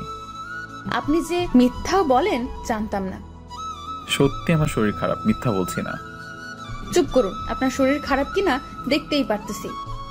আসলে কোনো কথা শুনবো না আপনার আর। এখনই আপনি আমার সাথে আমাদের বাসায় যাবেন, আসুন। মিষ্টির রাগ দেখে আমি চুপচাপ বললাম, আচ্ছা চলুন। তারপর সোজা মিষ্টিদের বাসায় গেলাম। মিষ্টিদের বাসায় যাওয়ার পর তারপর আমি খাবার টেবিলে বসলাম, আর মিষ্টি আমার কাঁধের কাছে এসে দাঁড়ালো আর ইচ্ছা মতো খাবার প্লেটে দিতে লাগলো। আরে আরে, করছেন কি? আমি এত খেতে পারবো না। তা বললে তো হবে না, আপনার শরীর ভালো করে দিব খাবার খাইয়ে। মানে কি? মানে কিছুই না, সব খাবার খেতে হবে। আমি আর কিছু বললাম না। মিষ্টির রাগ দেখে চুপচাপ খেতে লাগলাম। খাবার খাওয়া শেষে আমরা যখন চলে আসছিলাম, তখন মিষ্টির সুযোগ বুঝে আমার কানের কাছে এসে বলল, নাম্বারটা যেন আজ থেকে খোলা পাই, না হলে খবর আছে। আমি কিছুই বললাম না। মিষ্টির দিকে একটু তাকিয়ে বের হয়ে আসলাম। আমার রুমে আসার পর আমি ভাবতে লাগলাম, মিষ্টি এমন করছে কেন? ও তো আমাকে ভালোবাসে না, তাহলে এমন করলো কেন? এসব ভাবতে ভাবতে মিষ্টির বলা কথাটা মনে পড়ে গেল। নাম্বার খোলা না পেলে আমার কপালে শনি আছে। তাই কিছু না ভেবে নাম্বারটা ফোনে ভরে অন করলাম। নাম্বারটা অন করার 1 মিনিটের মধ্যে 50টা SMS আসলো মিষ্টির নাম্বার থেকে। মিস কল অ্যালার্ট সার্ভিস চালু করা ছিল, তাই দেখতে পেলাম মিষ্টি আমাকে মোট 30 বার কল করেছে। আমি তো এগুলো দেখে পুরাই অবাক। মিষ্টি আমাকে কেন এত কল বা SMS দিবে? তাহলে কি মিষ্টিও আমাকে ভালোবাসে? যদি আমাকে ভালোবাসে তাহলে ওই ছেলেটিকে। তাহলে কি আমি মিষ্টিকে ভুল বুঝছি? আমার মাথায় কিছুই ঢুকছে না। আমি মনে মনে ঠিক করলাম, না, বিষয়টা নিয়ে মিষ্টির সাথে কথা বলতে হবে। আমার মন এখন বলছে হয়তো আমি মিষ্টিকে ভুল বুঝছি। এসব ভাবছিলাম বসে বসে, হঠাৎ ফোনটা বেজে উঠলো।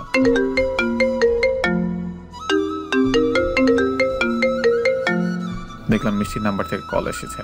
আমি কলটা রিসিভ করলাম। হ্যালো, কেমন আছেন? হ্যাঁ ভালো, আপনি? ভালো। তো SMS গুলো দেখছেন? দেখলাম। ভালো, কিছু বলবেন না? ভাবলাম ওই ছেলেটাকে নিয়ে এখনই বলি, কিন্তু সামনাসামনি বলাটা ভালো হবে, তাই ভেবে বললাম না। কি বলবো? কিছুই বলার নেই? না। ওহো, তাহলে এটি বলুন, আমাকে আপনি করে বলতেছেন কেন? আগে তো বলতেন না। এমনি বলেছে, আমি এড়িয়ে চলছি সব কথা। ও আচ্ছা, তাহলে ঘুমান, আমি রাখি। তারপর যখন মিষ্টি কলটা কাটতে যাবে, তখন আমি বলে উঠলাম, শুনুন।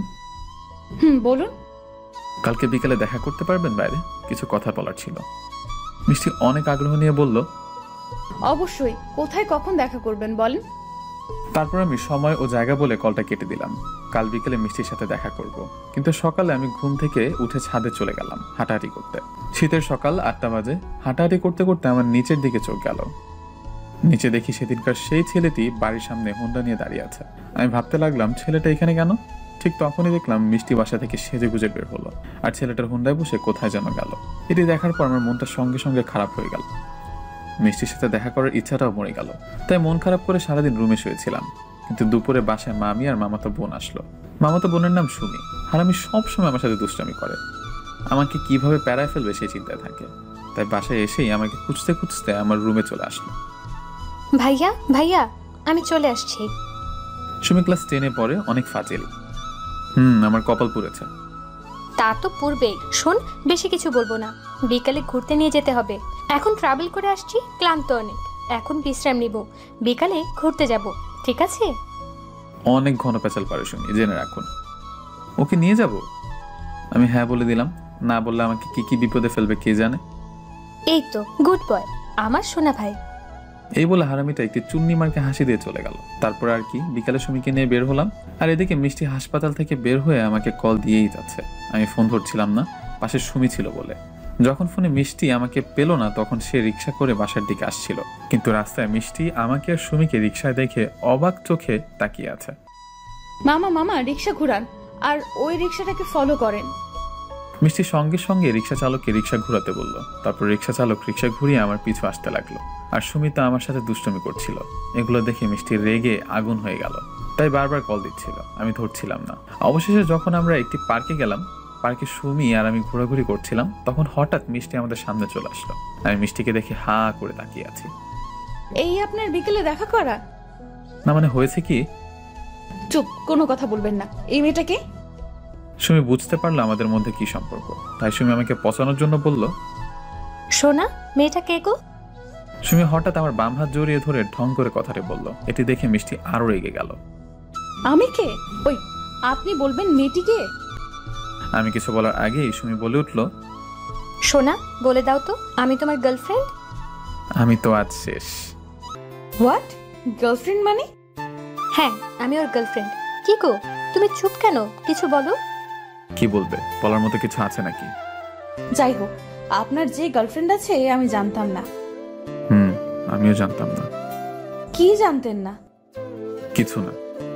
ভালো থাকবেন, জীবনে দুজনে হাসি খুশি থাকবেন, এই দোয়াই করি। বাই। মিষ্টি কথাগুলো বলে চলে যাচ্ছিল।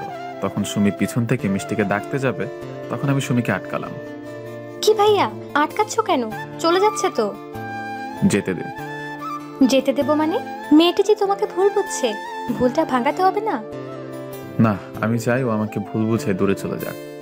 কেন চাও? কারণ ওর বয়ফ্রেন্ড আছে। কি বলো? ওই মেয়ের বয়ফ্রেন্ড আছে? হ্যাঁ আছে। ওর সাথে কোনো কিছু হওয়ার আগে বিষয়টা দেখে ফেলেছি, এতে সবার জন্য ভালো হয়েছে। না ভাইয়া, মেয়েটিকে দেখে মনে হচ্ছে না মেয়েটির বয়ফ্রেন্ড আছে।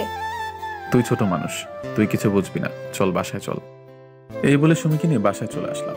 আসার পথে সুমি বারবার বলছিল মেয়েটি আমাকে সত্যি অনেক ভালোবাসে। আমি ওর কথা শুনে হাসছিলাম শুধু। এইদিকে মিষ্টি মন খারাপ করে সোজা বাসায় চলে আসলো। আমার গার্লফ্রেন্ডটা ছেড়ে শোনার পর মিষ্টি রুমে গিয়ে কান্না করতে লাগলো। আর এদিকে আমরা বাসায় এসে রাত্রে খাবার খেয়ে রুমে শুয়ে পড়লাম। আমার মন একদম মানছিল না, তাই ডায়েরিটা নিয়ে হাঁটতে হাঁটতে ছাদে চলে গেলাম। কিন্তু ছাদে গিয়ে দেখি মিষ্টি আর সুমি সামনাসামনি। এদিকে আমাকে আবার ছাদে দেখে মিষ্টি অবাক হয়ে আমাকে বলল, ও এই ব্যাপার তো মিস্টার শুভ, এটি তো হোটেল না যে অনৈতিক কর্মকাণ্ড করবেন আপনার গার্লফ্রেন্ডকে নিয়ে এসে। আমি বুঝতে পারলাম মিষ্টি আমাকে কি মিন করে কথাগুলো বলল। কি যাতা বলছেন? যাতা না, ঠিকই বলছি। ছি, আপনি এত খারাপ। আরে আপু, তুমি আমাকে ভুল বুঝতেছো। কিসের ভুল? তোর লজ্জা করতেছে না বিয়ের আগে এসব করতে? তুমি এখনই আমাদের বাসা থেকে বের হয়ে যাবা, না হলে আমি বাবাকে ডাকতে বাধ্য হব। কি আজব। আরে আপু, উত্তেজিত হবেন না। আপনি যেমন ভাবতেছেন তেমন কিছুই না। ও আমার বয়ফ্রেন্ড না, আমার ভাইয়া। মানে? আমি ভাইয়ার মামাতো ছোট বোন সুমি। মানে তুমি আমার মামার মেয়ে? হ্যাঁ, ঠিক ধরেছেন। আমরা গ্রামে থাকি, ঢাকাতে আজকেই আসছি। তাহলে তখন কেন বললে ওর গার্লফ্রেন্ড? আপু, তখন তো আমি আপনার সাথে মজা করছি। আমি বুঝতে পারছিলাম আপনাদের দুজনের মধ্যে কিছু চলছে। মজা করা শেষে তো কিছুই বললে না। আরে আমি তো আপনাকে ডেকে সব বলতে চেয়েছিলাম, কিন্তু ভাইয়াই তো নিষেধ করেছিল, বলল বলিস না কিছু। ও আচ্ছা, ভাইয়া বারণ করেছে? আমার কপালে এখন শনি আছে, আমি ওখানে দাঁড়িয়ে ওদের সব কথা বাড়তে শুনছিলাম। হ্যাঁ আপু, ভাইয়া নিষেধ করেছে। আচ্ছা সুমি, তোমার ভাইয়ার সাথে কিছু কথা আছে, তুমি কি আমাদের একটু সময় দিবে? অবশ্যই ভাইয়া, তুমি এবার সামলাও। সুমি বলে চলে যায়। মিষ্টি সোজা আমার কলার চেপে ধরলো। আমাকে কষ্ট দিতে অনেক ভালো লাগে না? কি করছেন? কলার ছাড়ুন প্লিজ। তোমাকে এত সহজে ছাড়তেছি না। আগে বল, তুই আমাকে কষ্ট দিলি কেন? আমাকে এড়িয়ে চলিস কেন? তো কি করব? আপনি তো আমাকে ভালোবাসেন না, আর আমাকে কি আপনি কষ্ট দেননি? কথাটা বলাতে মিষ্টি আমার কলার ছেড়ে দিল। তুমি কি বোঝো না আমি তোমাকে ভালোবাসি নাকি বাসি না? নাকি বোঝো না বোঝার ভান করে থাকো? বুঝে নিতাম যদি বোঝার ইচ্ছাটা মরে না যেত। বোঝার ইচ্ছাটা মরে গেল কেন? কেন তুমি জানো না? বুঝতে পারছো না কি করেছো তুমি? আমি সত্যিই জানি না আমি কি করেছি। বলো আমি কি করেছি। বলতে খারাপ লাগলেও বলছি, আমি সেদিন তোমাকে ওই ছেলেটার সাথে রেস্টুরেন্টে পার্কে হোন্ডায় ঘুরতে দেখেছি, আর ঘোরা শেষে ফুল হাতে করে যে বাসায় আসলে সেটিও দেখেছি। ওয়েট, তুমি হৃদয়ের কথা বলতেছো নাকি? জানি না ছেলেটার নাম কি, তবে সব আমি নিজের চোখে দেখেছি, আর আজও দেখলাম। সকালে সেই ছেলেটির সাথেই বাড়ির সামনে থেকে হোন্ডায় করে কোথায় যেন গেলে। আরে ধুর, ও তো আমার খালাতো ভাই হৃদয়। সেদিন ওর সাথে সব জায়গায় গিয়েছিলাম, কারণ ও আমাকে ট্রিট দিল। ট্রিট দিবার কারণ হলো ওকে একটি মেয়ের সাথে রিলেশন করিয়ে দিতে হবে। আর দিন শেষে আমি ফুলগুলো কিনে এনেছিলাম তোমাকে দেব বলে, হৃদয় আমাকে দেয়নি। আর যদি আজকের কথা বলো, আজ ওই মেয়েটির সাথে হৃদয়ের সম্পর্কটা ফাইনাল করে দিলাম। আমি মিষ্টির কথা শুনে হা করে তাকিয়েছি মিষ্টির দিকে। কি হলো, ভুল ভাঙছে নাকি এখনো সন্দেহ আছে? সত্যি তোমার ভাইয়া? আরে বাবা হ্যাঁ। ছি ছি, আমি তোমাকে কত ভুল বুঝলাম। হইছে, এখন আর ছি ছি করতে হবে না। নাও এখন আমাকে প্রপোজ করো। কি প্রপোজ? প্রপোজ করতে বসছি, হা করতেছো কেন? এখনই করব? হ্যাঁ এখনই করবা। হ্যাঁ হ্যাঁ করছি। হ্যাঁ করো। তারপর আমি মিষ্টির সামনে হাঁটু গেড়ে বসে বললাম, হবে কি তুমি আমার সকালবেলার সূর্যের রশ্মি? হবে কি তুমি আমার শীতের রাতের কাঁথা? হবে কি তুমি আমার 11 সন্তানের মা? আই লাভ ইউ, তোমাকে ভালোবাসি আমি। কুত্তা, এটা কোন ধরনের প্রপোজ? পছন্দ হলে 1 চাপুন, না হলে 2 চাপুন। 1 চাপলাম, ভালোবাসি তাই। এই বলে মিষ্টি আমাকে জড়িয়ে ধরলো, আর এইভাবে সম্পর্ক হলো আমাদের। তারপর আমরা অনেকক্ষণ ছাদে গল্প করার পর যার যার রুমে গেলাম। ঘুমটা ভালোই হলো আজ, কিন্তু সকালে আমি আমার বুকে কোনো কিছুর চাপ অনুভব করছিলাম। আমি চোখটা খুলে দেখি আমার বুকটা ফুলে আছে কম্বলের ভিতর। আমি কম্বলটা উঁচু করে দেখি, ও মা গো! আমি কম্বলের নিচে মেয়ের মাথা দেখে লাফ দিয়ে উঠলাম। এখন চুপ চুপ, আমি মিষ্টি। তুমি এখানে কিভাবে? তোমার প্রপোজের কথা মতো তোমার শীতের কাঁথা হতে আসলাম। এ বলে মিষ্টি আমাকে শক্ত করে জড়িয়ে ধরলো। ও মা, তাই? তাহলে চলো প্রপোজ অনুসরণ করে 11 বাচ্চার মা হওয়ার মিশন শুরু করি। যা ফাজিল। কেন, চলো মিশন শুরু করি। না, এই মিশন শুরু হবে বিবাহের পর, বুঝছো? ওকে, তাই হবে। শোনা, এখন বলো তো, কেন তুমি সকাল সকাল লুকিয়ে আমার রুমে আসলে? যদি কেউ দেখে ফেলে তো কি হবে বুঝতে পারছো? কিছুই হবে না, কেউ দেখে ফেলুক, আমি চাচ্ছি। কারণ দেখলে আমাদের দুজনকে বিয়ে দিয়ে দিবে। এই মেয়েরা তো বুদ্ধি কেন! পাগলি একটা। এই শোনো। হ্যাঁ বলো। তুমি সুন্দর করে প্রপোজ করতে পারো, কিন্তু আমার সময়। ও এই ব্যাপার। তো আমার প্রিয়, তোমার কি প্রপোজ পছন্দ হয়নি? জানি না আমি। আচ্ছা, আমি এখন আবার প্রপোজ করছি। তুমি চোখ বন্ধ করে আমার বুকে শুয়ে থাকো। আচ্ছা। এই বলে মিষ্টি চোখ বন্ধ করে চুপটি করে আমার বুকে মাথা রেখে শুয়ে থাকলো। আর তখন আমি আবার প্রপোজ করলাম। ভালোবাসা কাকে বলে সেটির সঠিক সংজ্ঞা আমার জানা নেই, শুধু এটা জানি তোমাকে একটি পলক দেখার জন্য আমার বুকের ভেতরটা হাহাকার করে। তোমাকে দেখলেই, তোমার সাথে কথা বললেই মুহূর্তের মাঝেই কেন জানে আমার হার্টবিটটা বেড়ে যায়। সারাটি ক্ষণ মাথায় শুধু তোমার ভাবনায় ঘুরপাক খায়। আর সবচেয়ে বড় ব্যাপার এটা যে তোমার কথা ভাবতে খুব ভালো লাগে। তোমার কথা ভাবলেই মনের মাঝে অসম্ভব রকম এক ভালো লাগা কাজ করে। আমি জানি না এগুলো কেন হয়, আর এগুলোকেই ভালোবাসা বলে কিনা। যদি এগুলোকেই ভালোবাসা বলা হয়ে থাকে, তাহলে বলতে চাই, হ্যাঁ আমি তোমাকে ভালোবাসি, আমার নিজের থেকেও বেশি ভালোবাসি। আমি জানি না এই কথাটি তোমার হৃদয় স্পর্শ করবে কিনা, কিন্তু এটা জেনে রাখো, এই কথাটি আমার হৃদয় স্পর্শ করেই বের হয়েছে। আমি তোমাকে ভালোবাসি মিষ্টি। আমিও তোমাকে নিজের থেকে বেশি ভালোবাসি। কি প্রপোজ মনের মতো হয়েছে? কিছুটা। তোমার মনের মতো জীবনেও হবে না। আচ্ছা শোনো, একটু পর বাসা থেকে বের হবে। সারা দিন আজ ঘুরবো আর বাইরের খাবার খাবো। কেন? তোমার হাসপাতাল? আমার পাগলের সাথে সময় কাটাবো বলে ছুটি নিয়েছি। তাই? আচ্ছা, আমি রেডি হয়ে বের হচ্ছি। আমি এখন আসি। এই বলে মিষ্টি বুক থেকে উঠে চলে যাচ্ছিল। তখন আমি ওর হাত ধরে টান দিয়ে আবার বুকে আনলাম। আরে আরে কই যাও? পাপ্পি না দিলে তোমার ঠোঁট মাইন্ড করবে। এই না, একদম আমার ঠোঁট মাইন্ড করবে না। চুপ করো, আমাকে আমার কাজ করতে দাও। এই বলে আমি মিষ্টিকে থামিয়ে আমাদের 4টি পাপড়ি এক করে দিলাম।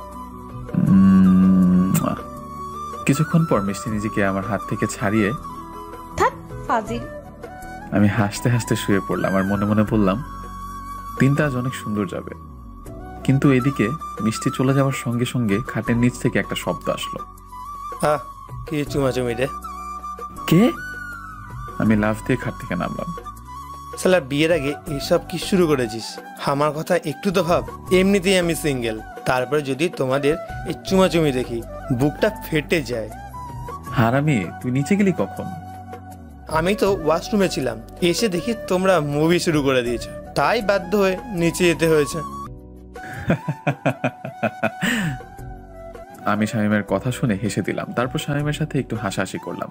যাই হোক, ফ্রেশ হয়ে বাসা থেকে বের হলাম। সারাদিন অনেক ঘুরলাম আমরা। বাসায় আসার সময় রিক্সা মিষ্টি আমার হাত ধরে কাঁধে মাথা রেখে বলছিল, আচ্ছা তুমি জব করবে না? তুমি অন্তত কাজের কথা বলে আমাকে লজ্জা দিও না। কিন্তু তোমার তো একটি কাজ করতে হবে, তোমার পরিবার আছে, আর আমিও তোমাকে বেশি দিন দূরে রাখতে চাই না। তুমি পাশে থেকো, চাকরি পেয়ে যাবো। আমি তোমার পাশে আছি। তারপর আমরা বাসার কাছে চলে আসলে যার যার মতো বাসায় গেলাম, যাতে কেউ না বোঝে। আজ আমি অনেক খুশি। জীবনে একজন গার্লফ্রেন্ড থাকলে কি যে এক অদ্ভুত অনুভূতি অনুভব করা যায়, সেটি বলে আপনাদের বোঝাতে পারবো না। যার গার্লফ্রেন্ড আছে সেই বোঝে। কিন্তু আমরা খুশি, এরই মধ্যে একটি চিন্তার সংবাদ আসলো, যে সংবাদ আমার খুশিকে দমিয়ে রাখলো। আমি তো রুমে এসে খাবার খেয়ে মিষ্টির কলের জন্য অপেক্ষা করছিলাম, আর এদিকে মিষ্টি খাবারের টেবিলে। মিষ্টির বাবার কথায় অবাধ্য হবার কোনোদিন সাহস হয়নি, কিন্তু বাবার এই কথা শুনে মিষ্টি খাবার খাওয়া বন্ধ করে মাথা নিচু করেছিল। মেয়ের চুপ থাকা দেখে বাবা হ্যাঁ মনে করে বলল, মা, তোর সাথে কিছু কথা ছিল। বলো। তুই তো অনেক বড় হয়ে গেছিস, তাই তোর বিয়ের কথা আমরা ভাবতেছি, তুই কি বলিস? মিষ্টি কিছু না বলে মাথা নিচু করে বসেছিল। জসিম সাহেবের ছেলের সাথে তোর বিয়ে ঠিক করেছি। মিষ্টি মাথা নিচু করে বসে আছে। ছেলেটা ইঞ্জিনিয়ার, অনেক টাকা পয়সার মালিক, তুই অনেক সুখী হবি রে মা। মিষ্টি কিছু না বলে শুধু চুপ করে বসেছিল। মিষ্টির বাবা মাই কথা বলছিল এই বিষয় নিয়ে। তারপর খাবারের টেবিল থেকে মিষ্টি উঠে এসে রুমে আসলো। তারপর রুমে দরজা আটকে আমাকে কল দিল।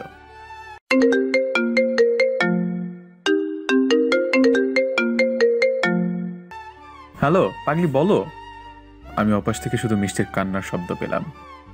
এই, তোমার কি হয়েছে? আমার সাথে কেন এমনটা হয় বলতে পারো তুমি? প্লিজ কান্না করো না, বলো কি হয়েছে। আমার বিয়ে ঠিক করেছে বাসা থেকে। হোয়াট? কি বলছো তুমি? আমার মাথায় আকাশ ভেঙে পড়লো। আমি সত্যি বলছি, বাবা হঠাৎ করেই আজ বললো আমাকে। এখন কি হবে মিষ্টি? আমি কি তোমার পরিবারের সাথে আমাদের বিষয় নিয়ে কথা বলবো? সেটি করে লাভ হবে না, বাবা ওদেরকে কথা দিয়ে দিয়েছে, আর বাবা একবার কথা দিলে তারপর আর কারো কথা শুনে না। তাহলে এখন কি করবে? আমি তো তোমাকে ছাড়া থাকতে পারবো না। আমি আম্মুর সাথে কথা বলবো তোমাকে নিয়ে। আমি আসবো? না, তুমি এখন ঘুমাও, কাল সকালে কথা বলবো আম্মুর সাথে। ঘুম আসবে না সোনা। আমি রাখছি। এই বলে মিষ্টি কলটা কেটে দিল আর শুয়ে কান্না করতে লাগলো। এদিকে আমার চোখে ঘুম নেই। মিষ্টির কথা ভাবতে ভাবতে রাতটা কেটে গেল। সকালে মিষ্টি বিছানা থেকে উঠে ওর আম্মুর কাছে রান্নাঘরে চলে গেল। আম্মু। কি রে, আজ এত সকাল সকাল ঘুম থেকে উঠলে কেন? আম্মু, তোমার সাথে আমার কিছু কথা আছে। কি কথা? মিষ্টি চুপ থাক। কি রে, বল, কি বলবি? আম্মু, আমি এই বিয়েটা করতে পারবো না। কি বলতেছিস? হ্যাঁ আম্মু, আমি এই বিয়েটা করতে পারবো না। কিন্তু তুই কি বলতেছিস? তুই জানিস তোর বাবা কথা দিয়ে দিয়েছে। কিন্তু মা, আমি এই বিয়েটা করতে পারবো না। আচ্ছা, তুই কান্না করিস না, আমি তোর বাবার সাথে কথা বলতেছি। কিন্তু তুই এটা বল, কেন বিয়েটা করতে পারবি না? আমি একজনকে খুব ভালোবাসি। ভালোবাসিছিলে কিভাবে তুই? তুই জানিস না আমাদের গোষ্ঠীতে এইসব প্রেম ভালোবাসার কোনো মূল্য নেই?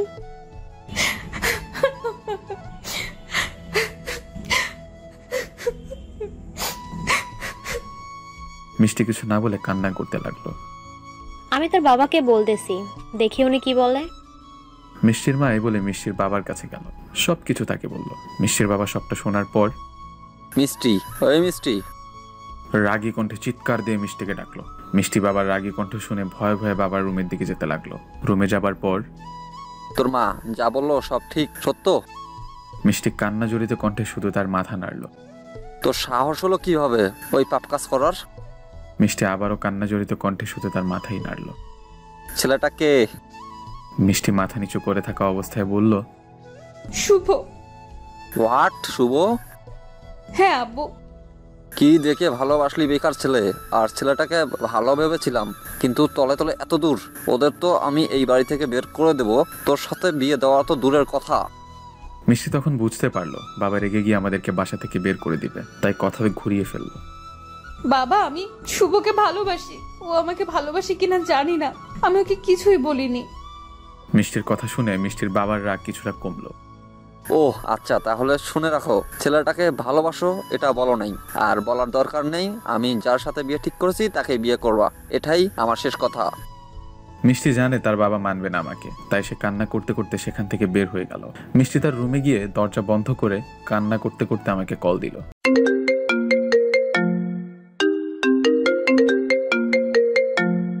মিষ্টির কান্নার শব্দ পেলাম। শোনা, কান্না করছো কেন? কি হয়েছে? বাবা রাজি হয়নি, তুমি বেকার বলে বাবা রাজি হলো না। আমি এখন কি করব বলো? চলো আমরা পালিয়ে বিয়ে করি। না, আমি পরিবারের মতের বিরুদ্ধে যেতে পারবো না। আমাদের ভালোবাসা সার্থক হলো না। মিষ্টি, মিষ্টি, কি বলছো এগুলো? আমি বাঁচবো না তোমাকে ছাড়া। প্লিজ আমাকে একা করে দিও না।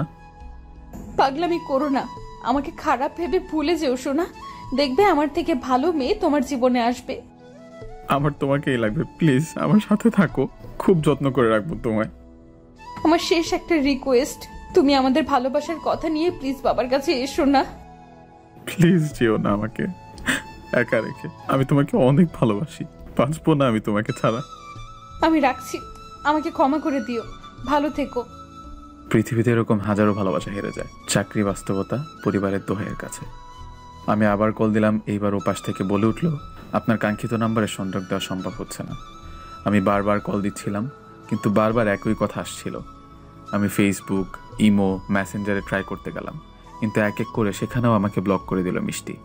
আমি একদম ভেঙে পড়ে ফ্লোরে বসে পড়লাম আর অঝরে কান্না করতে লাগলাম। কেন করলে এমনটা মিষ্টি? তুমি তো ভালো করেই জানতে আমি তোমাকে ছাড়া বাঁচবো না। কেন এইভাবে আজ আমাকে একা রেখে চলে গেলে? আমি তোমাকে ছাড়া থাকতে পারবো না। আমি তোমার বাবার কাছে যাব, ওনার পা ধরে তোমাকে ভিক্ষা চাইব। আমি মনে মনে এসব ভাবতে ভাবতে কখন ঘুমিয়ে পড়েছি জানি না। সকালে ঘুম থেকে উঠে কান্না করতে করতে রুম থেকে বের হয়ে গেলাম। কান্না করতে করতে মিষ্টিদের বাসার সামনে গিয়ে বেল বাজালাম। দরজাটা খুলে দিল একটা ইয়াং ছেলে এসে। ছেলেটাকে দেখে আমি যেমন অবাক হলাম, ঠিক ততটাই অবাক হলো ছেলেটি। আমি রুমে প্রবেশ করে দেখি মিষ্টি মাথায় কাপড় দিয়ে সোফা একটি ছেলের পাশে বসে আছে। এটি দেখে অবাক চোখে আমি তাকিয়ে রইলাম। রুমের মধ্যে আরো অনেকেই ছিল, জানি না কারা এরা। আমার এত কিছু বোঝার সময় ছিল না। আমি সঙ্গে সঙ্গে মিষ্টির বাবার কাছে গিয়ে ওনার পা জড়িয়ে ধরলাম আর বলতে লাগলাম, প্লিজ আঙ্কেল, আমাদের ভালোবাসাকে ভেঙে দিবেন না। আমি মিষ্টিকে অনেক ভালোবাসি, দয়া করে মিষ্টিকে আমার হাতে তুলে দিন। আমার কথা শুনে রুমের মধ্যে থাকা সকলে উঠে দাঁড়ালো। আসলে রুমের মধ্যে অন্যরা ছিল, ছেলে পক্ষের লোকজন। ছেলেটাও ছিল যে মিষ্টির সাথে বসেছিল। আপনারা কি ভাবছেন নাটকের মতো ছেলে পক্ষ এগুলো শুনে বিয়েটা ভেঙে দিবে আর মিষ্টিকে আমার সাথে বিয়ে দিবে? এমন কিছুই না, কারণ মিষ্টির বিয়ে যার সাথে ঠিক হয়েছে ছেলেটি ছাত্রলীগের বড় নেতা। দেখুন কি হয়। আরে ভুল বুঝবেন না, ছেলেটাকে আমরা কেউ চিনি না। আঙ্কেল এগুলো কি বলছেন? আমি আর মিষ্টি দুজনকে অনেক ভালোবাসি। এই কে তুমি? পা ছাড়ো আমার। আপনারা বিশ্বাস করুন, আমি আর মিষ্টি দুজনকে অনেক ভালোবাসি। আচ্ছা, আমার মেয়ের মুখ থেকেই শুনুন। বল তুই কে এই ছেলে? চিনিস ছেলেটি যা বলতেছে সব কি সত্যি? মিষ্টি তখন অশ্রু ভেজা চোখে একবার আমার দিকে একবার পরিবারের দিকে তাকাচ্ছিল। মিষ্টি বলে দাও, আমি তোমার ভালোবাসার মানুষ। আমি মনে দৃঢ় বিশ্বাস নিয়ে দাঁড়িয়েছিলাম, কারণ আমি জানতাম মিষ্টি কি বলবে। কি রে বল? বল দ্রুত, তুই ছেলেটাকে চিনিস নাকি? তখন মিষ্টি বলে দিল, না, আমি চিনি না একে। মিষ্টির কথা শুনে অবাক চোখে আমি মিষ্টির দিকে তাকালাম। মিষ্টির কথা শুনে আমার মাথায় আকাশ ভেঙে পড়লো। আমার বুকের ভেতরটা কাঁপতে লাগলো। আমি নিজের কানকে বিশ্বাস করতে পারছিলাম না। আমার চোখ দিয়ে না চাইতে পানি ঝরতে লাগলো। শুনলেন তো আপনারা, আমরা আসলে ছেলেটাকে চিনি না। মিষ্টি, মিষ্টি, কি বললে তুমি? এটা আমাকে চেনো না? এই দেখো আমাকে, আমি শুভ, তোমার শুভ, যাকে তুমি পাগলের মতো ভালোবাসতে, যার হাতে হাত রেখে তুমি বলেছিলে কখনো তোমাকে ছেড়ে যাব না।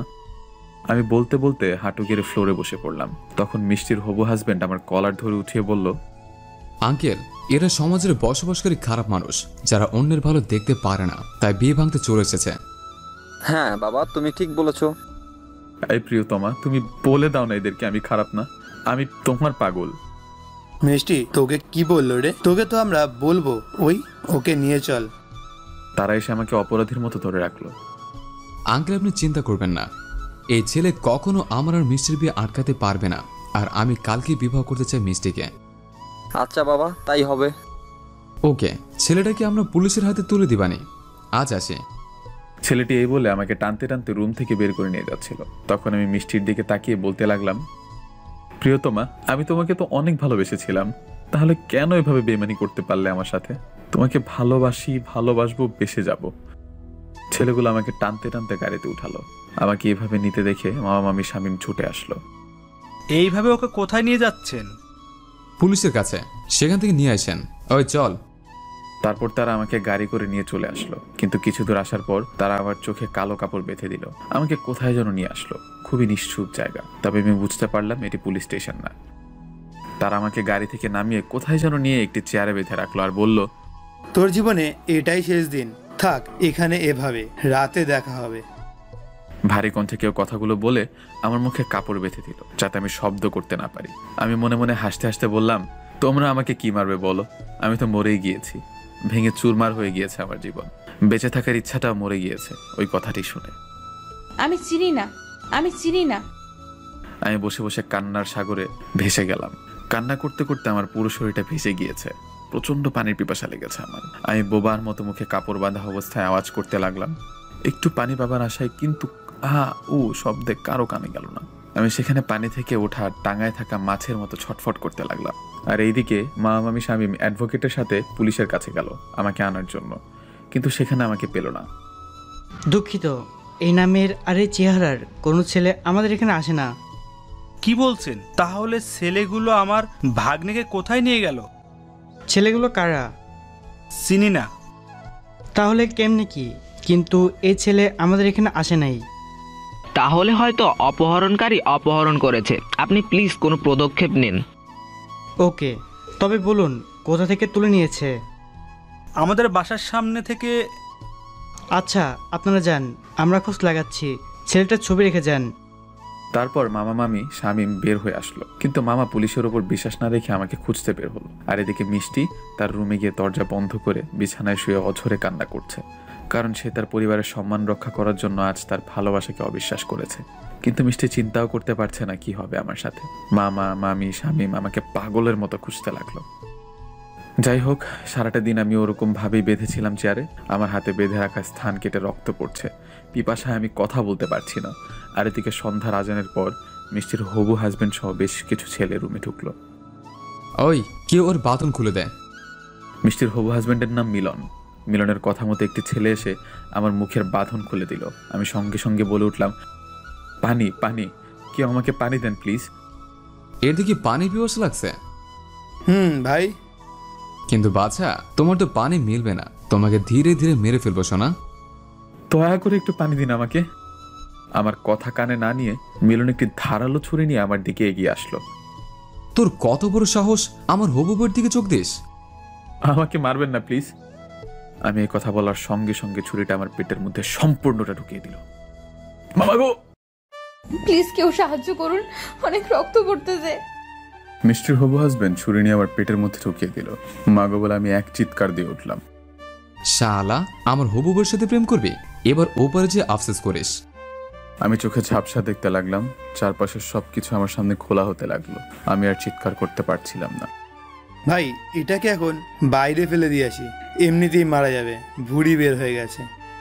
যা, ওকে ফেলে দিয়ে আয়, মাঝরাত তো, কারো সাহায্য পাবে না। আমি নিচে পড়ে থেকে গড়াগড়ি খাচ্ছিলাম। রক্তে পুরো মেঝেটা লাল হয়ে গিয়েছে। তারপর ওরা সকলে আমাকে গাড়িতে করে মাঝরাতে এক ব্রিজের পাশে ময়লার স্তূপের মধ্যে ফেলে দিয়ে আসলো। আমি ময়লার স্তূপের মধ্যে পড়ে থেকে রাস্তার দিকে তাকিয়েছিলাম কারো আসার অপেক্ষায়। আমি সেখানে পড়ে থেকে মৃত্যুর জন্য অপেক্ষা করছিলাম। আমি শুধু ভাবছিলাম, আমি যদি মারা যাই তাহলে আমার পরিবারের কি হবে? আমি তো তাদের একমাত্র সম্বল। আর মিষ্টির বলা সেই কথাটি বারবার আমার কানে হানা দিচ্ছে। আমি চিনি না একে। আমাকে চেনে না, আমার ভালোবাসার মানুষ আজ আমাকে চেনে না। এদিকে মামা মামি শামীমের চোখে ঘুম নেই। মামা মামি শুধু ভাবছে যদি আমার কিছু হয়ে যায় তাহলে তারা কি বলবে আমার বাবা মাকে। তারা শুধু আমার চিন্তা করছে। আজ বুধবার, আগামী শুক্রবার মিষ্টির বিবাহ ওই মিলনের সাথে। মিষ্টি মন খারাপ করে বিছানায় কান্না করছিল। মিষ্টি ভাবছে একদিন না একদিন আমি ওকে ভুলে যাব। কিন্তু মিষ্টি, আমি তো তোমাকে ভুলে যাবার জন্য ভালোবাসিনি। মিষ্টি হয়তো বুঝছে না আমার সাথে কি করেছে মিলন। যাই হোক, এদিকে আমি ঝাপসা চোখে ভাঙা কণ্ঠে ধীরে ধীরে শব্দ করার চেষ্টা করছিলাম যাতে কেউ শুনতে পায়। রাত 1টা, কেউ নেই আশেপাশে। রাস্তা দিয়ে 2টা গাড়ি গিয়েছে, তারা আমাকে দেখতে পায়নি। তাই যদি আমাকে বাঁচতে হয় রাস্তার উপর যেভাবেই হোক যেতে হবে। আমার বাঁচতে ইচ্ছা করছে না, কিন্তু আমাকে বাঁচতে হবে।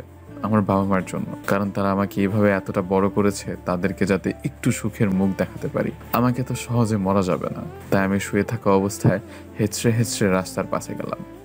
আমি কোনো মতে রাস্তার ধারে যাবার পর আমার চোখ দুটো বন্ধ হয়ে যায়।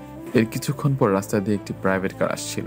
প্রাইভেট কারের লোক আমাকে রাস্তার পাশে রক্তাক্ত অবস্থায় পড়ে থাকতে দেখে গাড়িটি থামিয়ে দ্রুত গাড়ি থেকে একটি মেয়ে আর একটি ছেলে নামলো। তারা আমাকে এই অবস্থায় দেখে দ্রুত তাদের গাড়িতে উঠিয়ে নিল। তারা আমাকে নিকটতম হাসপাতালে নিয়ে আসলো, তারপর আমাকে ইমার্জেন্সিতে নিয়ে গেল। সকালে মা, মামি, শামীম আবার পুলিশের কাছে গেল। প্লিজ স্যার, আপনারা কিছু করুন, আমার ভাগ্নে এখনো পর্যন্ত বাসায় ফিরল না। আচ্ছা চলুন, ওকে কারা কোথা থেকে তুলে নিয়েছিল সেখানে চলুন। তারপর মা, মামি, শামীম, পুলিশ সহ সকলে মিষ্টিদের বাসায় গেল। মিষ্টিদের বাসায় ঢোকার পর কি সমস্যা স্যার? মিষ্টির বাবা ভাবছে পুলিশকে আমার মা, মামি ডেকে নিয়ে গিয়েছে। মিষ্টি ও মিষ্টির মা সকলে পুলিশকে দেখে রুম থেকে বের হলো। খুব বড় সমস্যা। কি সমস্যা স্যার? আগামীকাল আপনাদের বাসা থেকে একটা ছেলেকে কিছু ছেলে তুলে নিয়ে গেছে আর বলে গেছে পুলিশের হাতে তাকে তুলে দিবে, কিন্তু আফসোস ছেলেটাকে আমাদের কাছে আনেনি। এতে আমি কি করতে পারি স্যার? কি করতে পারেন মানে? অনেক কিছু করতে পারেন। আপনি বুঝতেছেন যদি ছেলেটাকে না পাওয়া যায় আপনার কি হতে পারে? ও কোথায়? ওর কি কিছু হয়েছে? আপনি কে? আমার মেয়ে স্যার। তুই চুপ থাক। আপনার মেয়ে মনে হয় অনেক কষ্টে আছে, ছেলেটাকে খুঁজে পাওয়া যাচ্ছে না বলে। তেমন কিছু না স্যার। সে যাই হোক, তো আপনি বলুন ছেলেটাকে কারা নিয়ে গিয়েছিল? তারপর মিষ্টির বাবা মিলনের কথা বলে। আচ্ছা, আবার কোনো প্রয়োজন হলে আসবো, ভালো থাকবেন। তারপর সবাই সেখান থেকে বের হয়ে আসলো। পুলিশ মামাকে বলল, আপনারা চিন্তা করবেন না, আমরা মিলন নামে ছেলেটাকে খুঁজে বের করব। পুলিশ চলে যায়। পুলিশ চলে যাওয়ার পর মিষ্টির বাবা মা, মামির কাছে আসে আর বলে, আগামীকাল আমার মেয়ের বিয়ে হওয়ার পর আপনারা এই বাসা থেকে বেরিয়ে যাবেন। মামা বুঝতে পারলো অপমান করলো, কিন্তু এতে আফসোস নেই মামার। মামা শুধু আমার চিন্তায় বিভোর। আর এদিকে মিষ্টি নিজের রুমে এসে কান্না করতে লাগলো, আর আমি হাসপাতালে অপারেশন থিয়েটারে। রোগীর সাথে কে আছেন? জি ডাক্তার, বলুন। রোগীর প্রচুর রক্তক্ষরণ হয়েছে, 4 ব্যাগ রক্ত লাগবে, বি পজিটিভ। আমার রক্তের গ্রুপ বি পজিটিভ, আমার কাছ থেকে নেন, আর বাকি 3 ব্যাগ আমরা ম্যানেজ করতেছি। ওকে, আসুন। সকাল পেরিয়ে দুপুরের দিকে আমার জ্ঞান ফিরলো। তখন 1:30 বাজে। আমার জ্ঞান ফিরতেই আমি নিজেকে হাসপাতালের বেডে আবিষ্কার করলাম। আমার পাশে একটি মেয়ে বসে আছে, কিন্তু এসবে আমার মন থাকলো না। সঙ্গে সঙ্গে আমার মনে পড়লো আজ তো শুক্রবার, আমার জীবনের পথসঙ্গীর বিবাহ। আমাকে যেভাবেই হোক বিবাহটা ভাঙতে হবে, কারণ মিষ্টি শুধু আমার। আমার জ্ঞান ফিরেছে দেখে পাশে বসে থাকা মেয়েটি ডাক্তার ডাকতে গেল, কিন্তু আমি কোনো কিছু না ভেবে আমি ওভাবেই পেটে সেলাই নিয়ে কোনো মতে একটি গেঞ্জি পরে হাসপাতাল থেকে বের হয়ে গেলাম।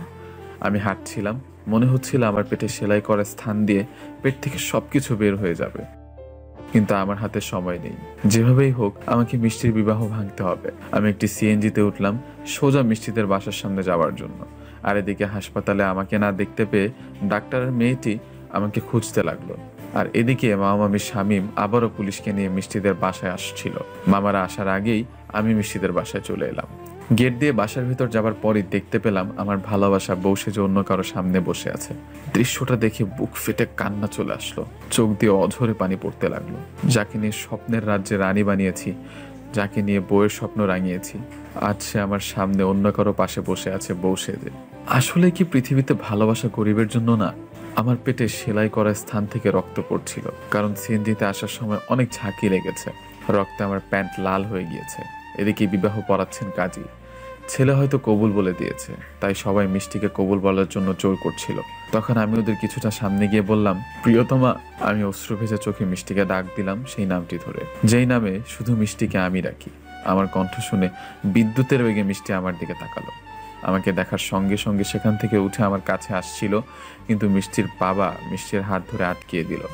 এই প্রিয়তমা, তোমার জীবন তো এখানে, তুমি কার পাশে বসে আছো? আমাকে দেখে মিলন অবাক। তারপর মিলনের বন্ধু তার হাতে একটি লাঠি নিয়ে আমার কাছে আসতে লাগলো। প্রিয়তমা, আমার চোখের দিকে তাকাও। আমার ডাকে মিষ্টি আমার চোখের দিকে তাকালো। মিষ্টির চোখেও পানি আর আমার চোখেও পানি। মিষ্টি আমার চোখে তাকালে আমি বলে উঠলাম, ভালোবাসি, আমি মিষ্টিকে অনেক ভালোবাসি। এটি বলার সঙ্গে সঙ্গে মিলনের সেই বন্ধু আমার কাটা জায়গায় পেটে খুব জোরে একটি ঘুষি দিল। সঙ্গে সঙ্গে আমার পেটের সেলাই ছিঁড়ে গেল। আমি মাটিতে পড়ে গেলাম। কেউ আমাকে বাঁচাও। চিৎকার দিয়ে মাটিতে পড়ে গেলাম। মিলনের বন্ধু যে আবার আমাকে খুশি দিতে যাবে, তখনই পুলিশ সহ মামা মামি শামীম চলে আসলো। পুলিশকে দেখে মিলনের বন্ধু লাঠি ফেলে দিয়ে পালাতে যাচ্ছিল, সাথে মিলনও বিয়ে ছেড়ে পালাতে যাচ্ছিল, কিন্তু পুলিশ তাদেরকে ধরে ফেলে।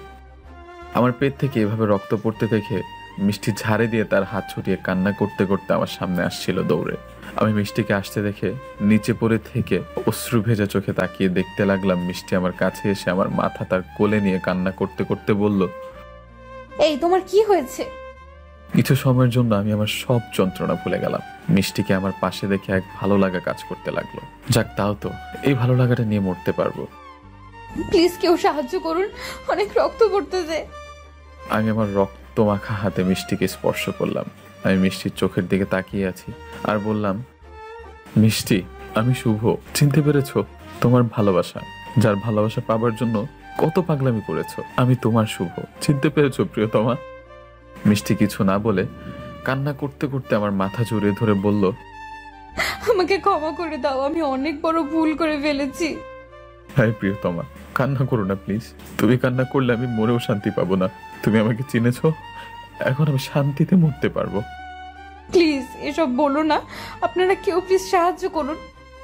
আমার দিকে তাকাও, আমার সময় নেই। সবকিছু ঝাপসা হয়ে আসছে প্রিয়তমা। একসাথে করে বাঁচতে চেয়েছিলাম, কিন্তু সেটা আর হলো না। তুমি প্লিজ থামো। আমাকে বলতে দাও সোনা, আমার একটি শেষ ইচ্ছা আছে, রেখো প্লিজ। আমি ছাড়া আবার বাবা মাকে দেখার মতো কেউ নেই, তাদেরকে একটু দেখো প্লিজ। আর এখন তোমার কপালটা আমার কাছে আনবে একটু। মিষ্টি কান্না করতে করতে তার কপাল আমার মুখের সামনে এনে বলল, তোমার কিছু হবে না আমি থাকতে। আমি মিষ্টির কপালে চুমু এঁকে বললাম, ভালোবাসি, অনেক ভালোবাসি তোমাকে মিষ্টি। তারপর চিরদিনের জন্য আমার শ্বাস প্রশ্বাস বন্ধ হয়ে গেল। আমি নড়ছি না দেখে মিষ্টি বলল, শুভ, শুভ, এই শুভ, এই শোনা, কি হলো তোমার? এই তোমার প্রিয়তমা তোমাকে ডাকতেছে, এই ওঠো না, এই শুভ। মিষ্টি আমাকে জড়িয়ে ধরে কান্না করতে লাগলো। হাজার ডাকলেও তোমার শুভ আর উঠবে না মিষ্টি, আর বলতে পারবে না ভালোবাসি।